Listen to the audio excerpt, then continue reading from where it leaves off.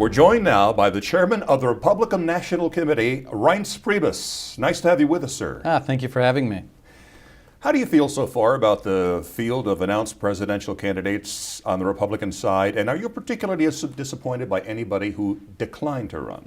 No, I feel great about the field and as it's shaping out and really getting to the debate on what this president's doing in this country, which is, number one, not fulfilling his promises when it comes to giving and providing and doing things in Washington to rebuild our jobs market here in this country, not following through on his promises when it comes to reducing the deficit, not following through on his promises when it comes to tackling the crushing burden of our debt in this country. Americans are ready to move on, and Americans, I think, give this president a failing grade when it comes to all of those issues.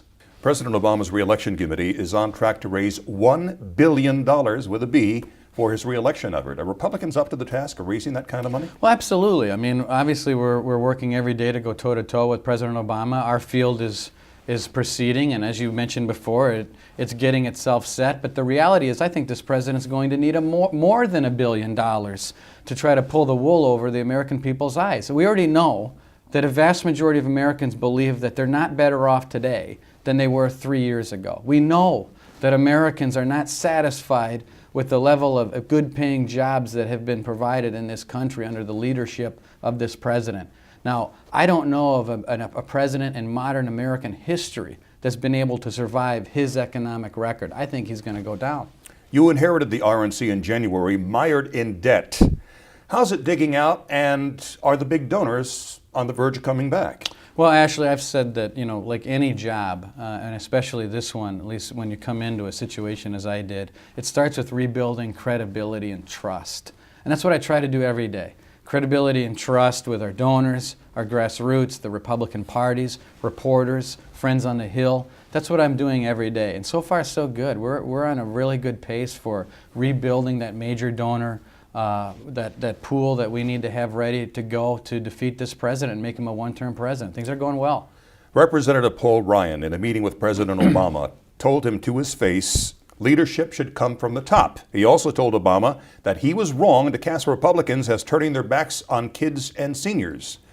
Does Representative Ryan have a point there? He's got a great point. I mean, the reality is this president is whistling past the graveyard while our country is about to walk off of a fiscal cliff. We're about to go broke. Medicare will be broke in 9 years. And what was the president's actions in his budget? To do nothing.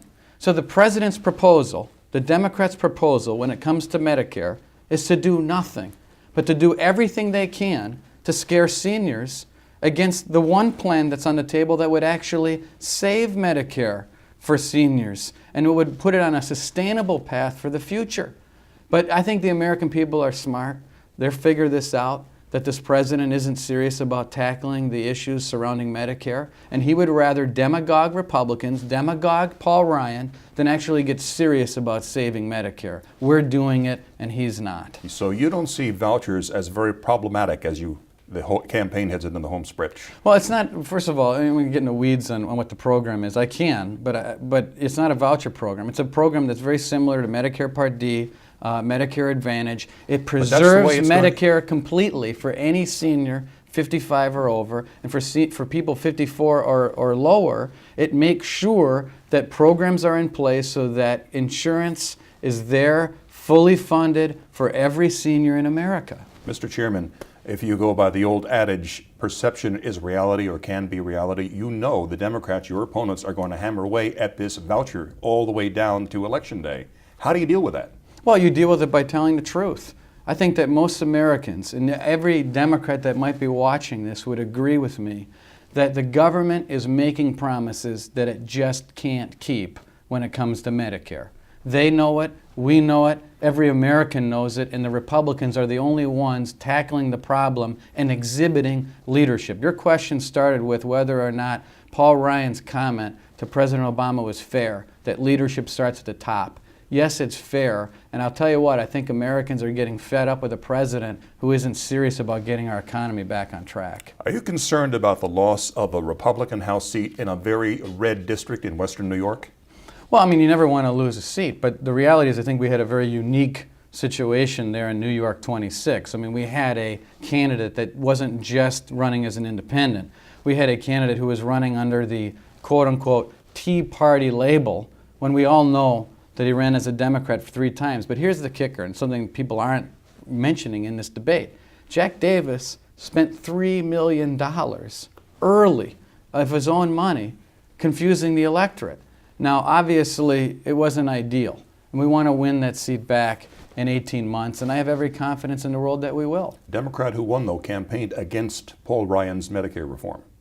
Well, I mean, she did, and 1 in 5 or 1 in 6 voters said that that was an issue, and I think that we need to do a better job of communicating on that issue. But I think the facts are the facts. The facts are stubborn things. We need to see what we see, and what we see is a Medicare program in this country that will be broke. And so then what's the answer that these Democrats have for my parents, your parents, our grandparents? What's his answer to them?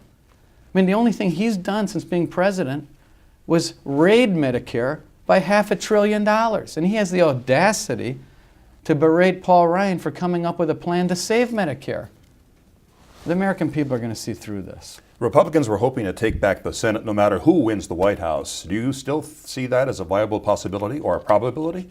Well, sure it is. I mean, there's a lot of open seats, and I'm not going to get into each individual one, but there's a lot of open seats. There's a lot of open seats in quote-unquote red states, and I think that our chances are looking pretty good there in the Senate, and I feel good about holding the Congress as well. I mean, and I think that it is my job at the RNC is to make sure that Barack Obama is a one-term president, and I'm focused on that, and focused on protecting the House and winning the Senate. You touched on this before, but let me see if you have another kind of answer to this. How much will the presidential election hinge on Obama's record versus the likability of your presidential nominee, whoever it is? Well, I mean, it's a tough, I would say, it's a political debate that people have, often, especially this time of year. I mean, the reality is, the first question Americans are going to ask, as I said before, is are they better off today than they were 3 or 4 years ago? If the answer to that question is no, this president is going to have a very, very difficult time winning re-election. You add on to that the fact that our jobs market is in the tank. He's done nothing to cut this deficit, has done nothing to curb spending other than spend more money. I think that Americans around this country are very concerned about that, and I don't see how he could possibly win re-election with our economy in the direction that it's going. So you think there's a very good chance of you guys making Obama a one-term president? Well, absolutely. I mean, like I said before, I don't know of a president in modern American history that's been able to win with this horrible economic situation that we have going on in this country, with this president adding fuel to the fire. Republican National Committee Chairman Reince Priebus, thank you so much for joining us here at Newsmax, and good luck to you. Thank you very much. God bless you. And thank you for watching Newsmax TV.